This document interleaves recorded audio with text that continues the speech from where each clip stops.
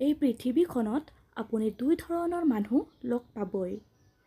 প্ৰথমবিধ মানুহ যাৰ কোনো হাবিয়াস নাই, উচ্চ আকাংক্ষা নাই, কেৱল যেনেকৈ চলি আছে তেনেকৈ জীৱনটো চলি গ'লেই হ'ল।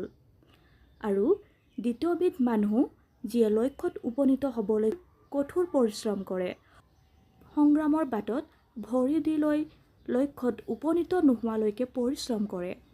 আৰু এই দ্বিতীয়বিধ মানুহে বহুবাৰ হাৰে কিন্তু হতাশ নহয়, নিজে ভুল কৰে আকৌ শুধৰাই লৈ আগুৱাই যায়।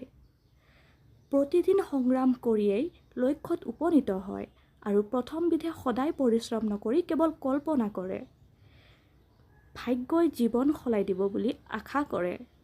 এই পৃথিৱীত ভাগ্য যদি 1% বাকী 99%ই কঠোৰ পৰিশ্ৰম। মনত ৰাখিব।